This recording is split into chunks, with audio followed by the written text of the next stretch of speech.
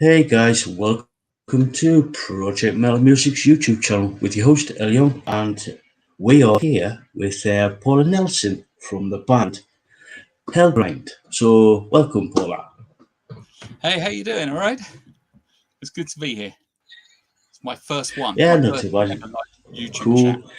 Cool. Modern technology, I love it. Yeah, cool. Yeah, could you? Yeah, it is. Yeah. So, could you introduce yourself and what you do within the band? Okay, well, I'm Paula Nelson. I am the bassist and the vocalist of Helgrind.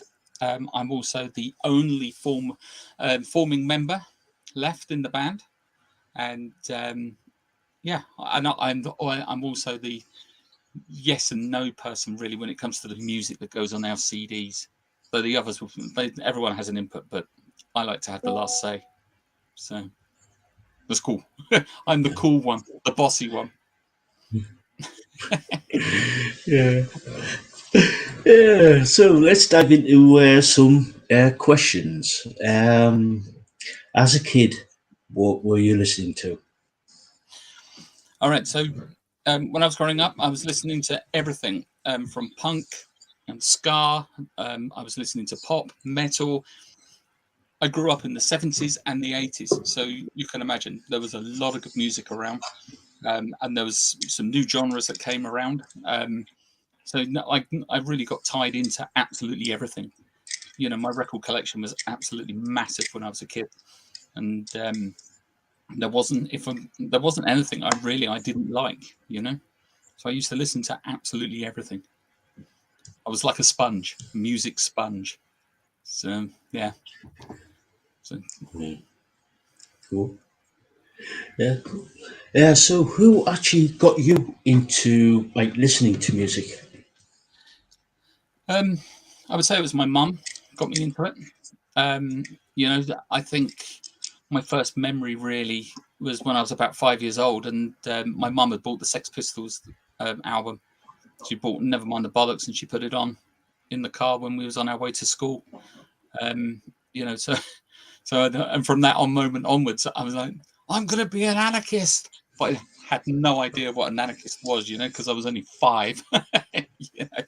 um, but so she got me into listening to music and playing music, you know, because I wanted to be in a band once I heard that. Um, and I think my dad got me into writing music because he bought me a piano and he bought me a tape recorder so I could record. It was like a small little 4-track thing, and so I could play the piano and record vocals and things like that. So I was doing that from probably about when I was 7 or 8, something like that. So I've been doing it a long time. Yeah. Cool. Yeah. So who actually basically inspired you to become a musician? Was it the Sex Pistols, or was it somebody else, or was it a family member? No, it was I think Johnny Rotten and John Lennon. I think they sort of hit home with me when I was listening to their music.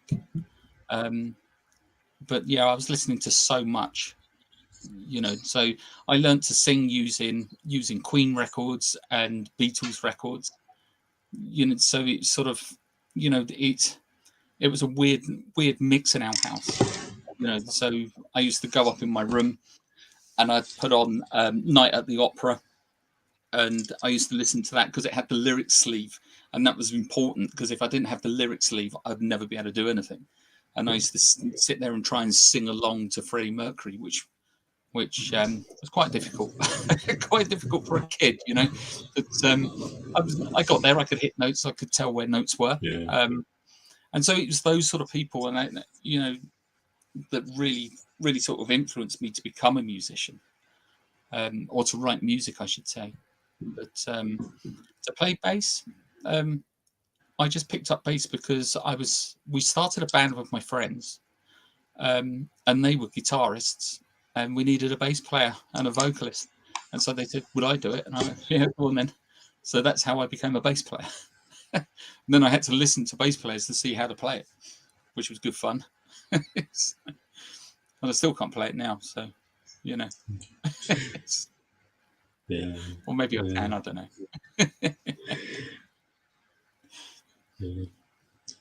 Yeah. So we just got a question through from one of my moderators, Sebastian, and this actually ties into my next question.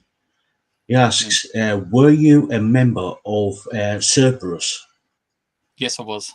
I was the vocalist of Yes. Cerberus. Yeah, back in the day, Cerberus became Helgrind in December 2000. So the guys, we were just about to get signed, and some of the guys in Cerberus didn't want to be on the record label, and some of us did. So we made a split, and we started a new band, and that's how it worked. That's how it came together. So yeah, can't believe someone knew that. Someone knew about Cerberus. Wow, we were good. We were a good band. Yeah. Yeah. Our Sebastian, like he does a podcast with me on a Monday, and yeah, he knows quite a bit. He knows quite a bit about music. All right. So yeah, thanks for that, Bastian. Like I said, that. So my question is, were you in any other bands prior to Grind? I was in quite a few. I was in a band called Drunken, which was a thrash punk band. I was in the Outpatients, which was a punk band. Dismembered Corpse, which was a death metal band. We used to play Jimi Hendrix covers. Tyranny, which was a garage thrash band. Cerberus, as you know. And then we became Helgrind. Well, I became Helgrind. But I was also doing solo projects, so I was writing a load of music anyway. So I've written lots of stuff like retro pop sort of stuff and ska and all that sort of stuff. So you know, I've had varying success on writing music and selling music as well. Yeah, yeah, cool. Another question from Bastian. Um, he asks, "Have you got the demo Scarecrow? Uh, and can you send it to L?" Scarecrow. You know what? I might do. I might do. I'll have to have a look around and see if I can find it. But if I don't have it, I do know someone who does have it because they have absolutely everything that we've recorded. So I'll have to ask them. So yeah, but I should have it knocking around somewhere. I'll have a look. I'll have a look and I'll send it to you. Yeah, It's yeah, a good song. cool, Yeah. cool, cool. Yeah. So, what has Hellgrind been up to, especially over the last couple of years? Well, the last couple of years, of course, because when we came out of lockdown, I had the accident, and so I was incapacitated for another year. So it sort of delayed us going back out. So then we released Insurrection, and then we went on tour. So 2021 we released Insurrection. At that time I was still going through rehab, and then we went out on tour with Inquire Within and 13. So we'd done a UK tour, and we played the HRH festivals as well while we were at it. But it was good because it was good to be back on stage, you know. So every gig was a win. Certainly coming back from the accident, and now we're on the tour with Acid Rain, and we've got some more bits and pieces coming up. So we hadn't, I would say, in the last couple of years, we haven't really done a hell of a lot. Not as much as we normally do. Normally we bang out sort of 30 shows a year on a tour. But I don't think we've done that much this time round, just literally because I just couldn't do it physically. I couldn't do it. So so I think we hit around about 20 shows, 23 shows, something like that, and now we've stepped up, of course, because we've done the 4 shows with Acid Rain so far. We did Hammerfest, and we've got a load more coming up, and hopefully in the new year we'll have new material, and then we'll have a new tour, and we'll be back up to our 20-30 dates a year, hopefully. Well, I've come with fingers crossed, and I'm touching a load of wood on my desk, because you never know what's around the corner, do you? No, you don't. Oh, No, exactly. Because I mean, that was the thing with the accident. We were all planning, this is what we're going to do, and it just goes to show that 1 minute I'm standing on the side of the road, the next minute I was dead in a ditch, and being resuscitated. And it just goes to show how quickly it's like that. It's and it just turns your world upside down. It's incredible. So yes, it's not good. It's not a good thing. So you just have to live life as it comes. So just enjoy it. Enjoy it while you can. Yeah. Oh yes. Yeah. So could you? On Thursday, I played the Insurrection album in full. Could you tell us a little bit about that? About the album? Yeah, we can. Yeah. Thank you so much for doing it on Thursday. It was really good of you. It means a lot to us. And I wanted to come into the chat so I could see you guys and talk to people. And I wasn't very interactive, I know, at the time. But Insurrection was written, well, it must have been about 2014, 2015 when we wrote that. And we had a few problems with our record label for releasing it. And so the release was delayed until 2021. So it's material that we toured, and we had sitting there, but we just didn't have the right people to push it out for us.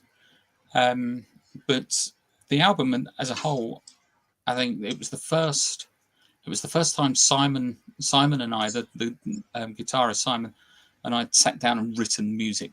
That was the first time. We normally what would happen is I'd go off and I'd write an album or material for an album and send it over to a guitarist, and they'd fix my mistakes.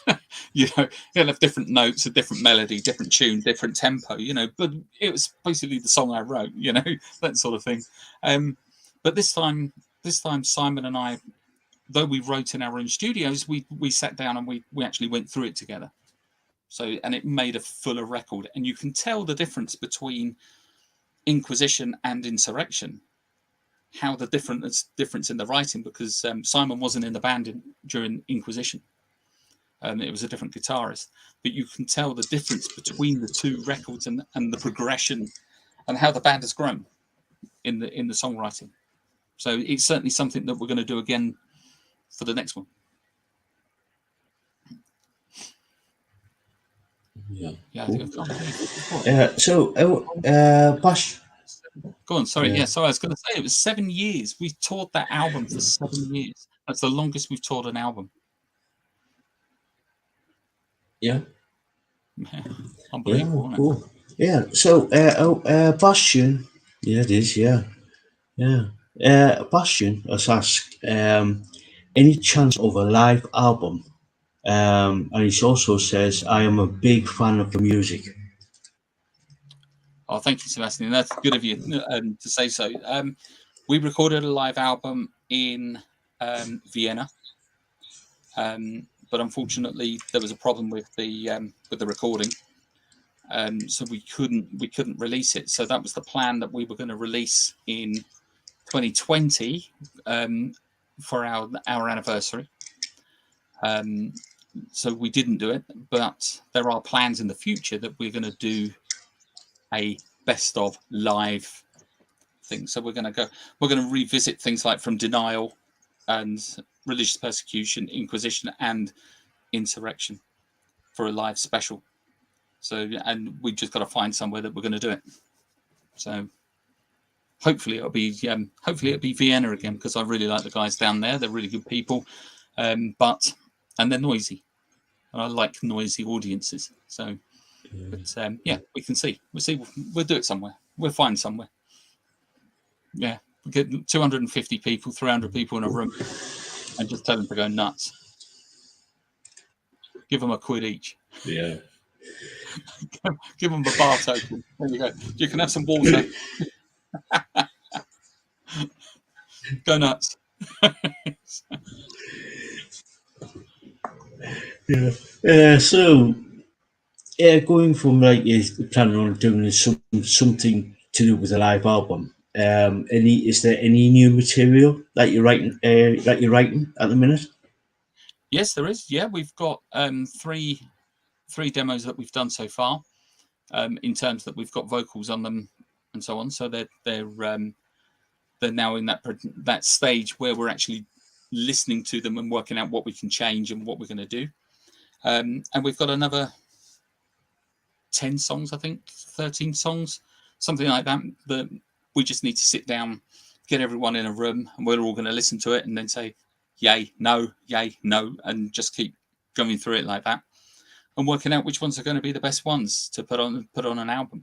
The idea is that we're going to go back to doing more sort of punk thrash compared to what we've done over the last 2 albums. So we're going to go back to like that religious persecution sort of style, but make it a little bit more modern. Like, you know, put a twist on it, make it heavy, make it fast, and melt faces. That's the idea. It will happen. It will happen. So that this year we're not going to do many tours. We're going to be doing a lot of studio work, and we're going to do the recording. So yeah, we're hoping that we'll have that ready for next year. You heard it here first. The pressure's on now. See, the other guys have got to sort it out now, haven't they? The boss has spoken.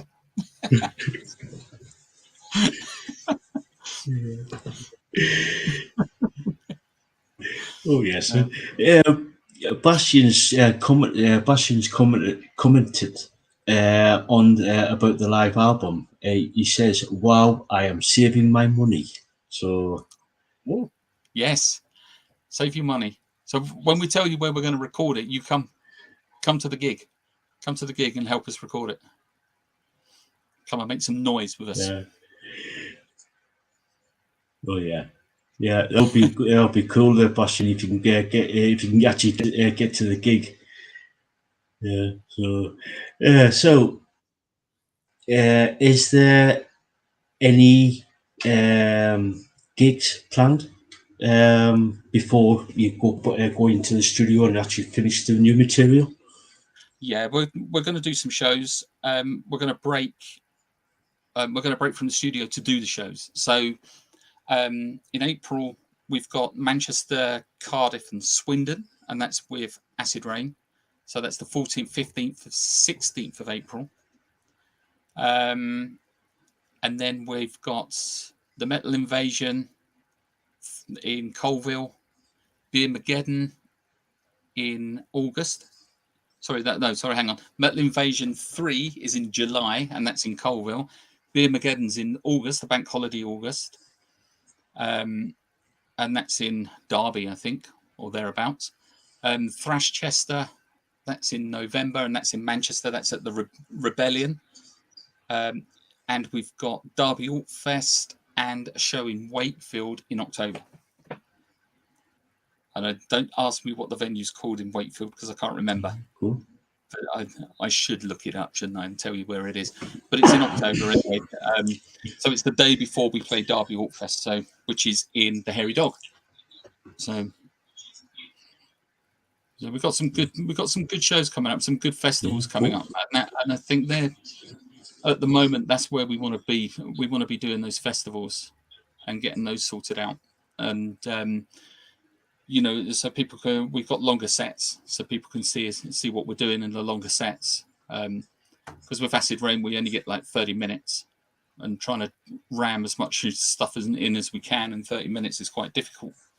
But with the festivals, we get an hour, and so everyone can get to see what we've got for the hour. But normally, when we're doing our headline shows, we normally do about 70 minutes. So, and we cover every album. We're that rocking. We're that hard. You see, that's what it is. Hard working. Cool. Hard rocking egos.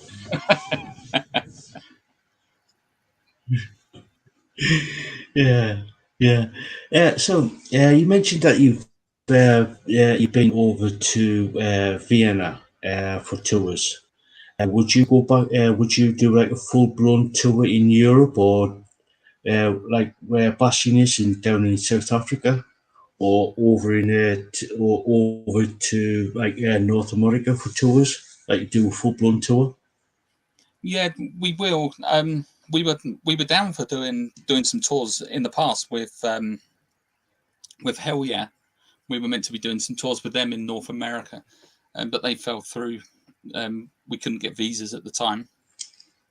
But with Europe, we would, because I mean we've played pretty much every country in Europe now. And so we would go again.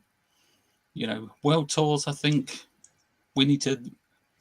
Well, excuse me. We need to build a little bit more for world tours. I think. But yeah, I think we're getting there. I think we're getting there. With our partners, because our booking agents, they sort us out shows all over the world if we need them. But visas are always an issue, like everywhere now, isn't it? Yeah. It's like you have to try and make sure that you make your true, money back true. on your travel and your visas. So it's quite difficult. Yeah. I think So America visas are like £200, I think, thereabouts per person. yeah. It's And expensive. if you got about 5 or 6 people, yeah. If you go 5 or 6 people in your band, it works out quite expensive. Well, exactly, and even going into Europe now to take our equipment into Europe, we have to fill in what's called a carnet, an ATA carnet, and so that all adds up, So you're paying a percentage on how much equipment you're taking in, and what the gross worth is. So you have to pay that, and you're already stumping up £400 for the carnet, and then you've got to pay an extra amount for the insurances and the taxes, because you have to pay, because now we're in Brexit, you have to pay money to take your stuff out and bring it back in. Even though you bought it and it's all owned, you still have to pay the export and import taxes, which is what your ATA carnet does. So yeah, so it's an expensive business now. But we want to do it. We want to do it, and we can. There's ways around it. Shh, didn't tell you that, right? Yeah. There are ways around it. We'll all be bulked up where we're wearing our own gear. We'll all be wearing. Right, you put on 50 t-shirts. We're walking around like that because you can't take stock in with you. We'll all have like 50 shirts on each. Because we're all different sizes in the band, so we'll be all right. Just to get our stock through customs. Are you sure you're not bringing in any stock? Yeah. No, we're all right. No, that's what we're going to do. That's the only way you can do it. Yeah. It's a plan. It's a plan. It could work. It is. Yes, it is. Yeah. So, if you got any more, if you got any more questions, ask away. So we're going to be starting to wrap up the interview. Where can people find you on social media? Okay, so on social media, whatever social media you're on, you can just look up Helgrind UK, and you will find us. So that's YouTube, Instagram. I think there's an underscore after the Helgrind UK on Instagram, and on Facebook, it's just Helgrind UK. So yeah, so all the socials, it's all one list. So, and I think we've got a LinkedIn link somewhere. I'll stick it up on our Facebook page, and it's got all the links, so you can find all the Spotify stuff and so on. So you'll be able to find our music. And I think on Bandcamp even it's Helgrind UK on there as well. I think, you know, Yeah. it probably isn't, but you'll find us. You just look for this ugly mug and you'll find it. That's why I look like that. Yeah. That's how I look on my photos. You know, whenever someone takes the camera out, I'm like that. No, shit. Do you have to take that one again? I'm smiling. It's not very thrash. I look angry. And then me. Hey! That's the way it's got to be. Yeah. Sorry. Yeah.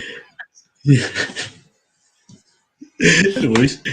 Sebastian said he says I will get in touch with the band to get gig info from you. So yeah, to get a what from me? So yeah. So the gig info. Oh right, yeah. Was, Yeah. yeah, because his one of his segments on the podcast is help promote bands when they go out on tour, gigs and stuff like that. So he can actually so people know whereabouts where bands are going to be playing. So cool. Yeah. Thank you so much. Yeah, that's really cool. Yeah, do it. Get in contact with us, and I'll send you all the links. Cool. And so this will be my sort of like last question. Any advice for people who basically want to become a musician?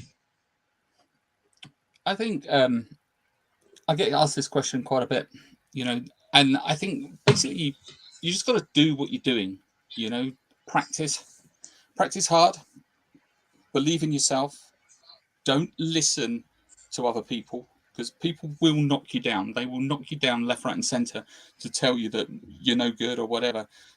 But be true to yourself too, you know. So listen to yourself, record yourself.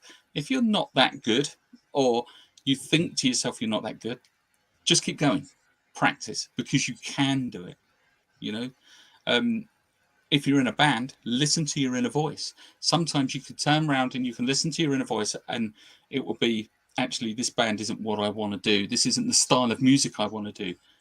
But that's fine because you know you've got to find the right connection. You've got to find the right thing, you know, to keep going. You know, so and that's why so many of us have been in so many different bands because you've got to keep going until you find the right people and the right connection and the right mentality to carry on writing. You know, but the main thing is after every knockdown, just pick yourself up, dust off those jeans, and get back on it. Because you know that's how you do it. That's how you survive. Just keep getting back up, dusting yourself down, and just going again. And that's how you do it. Honestly, success doesn't come quick, but it does come. Yeah. Sound advice. Anyway, Paula, thank you so much for coming on and doing this little interview. It's been a total pleasure. Thank you so much. Yeah, I've really enjoyed myself. It was great to meet you guys, and it's been fun. I've enjoyed it. Thank you so much. Yeah. And guys, if you haven't checked out Helgrind, go check them out on the socials. I know I'll put the Facebook link down in the description. So go, like I said, I would highly recommend you go out and check out Helgrind. So yeah.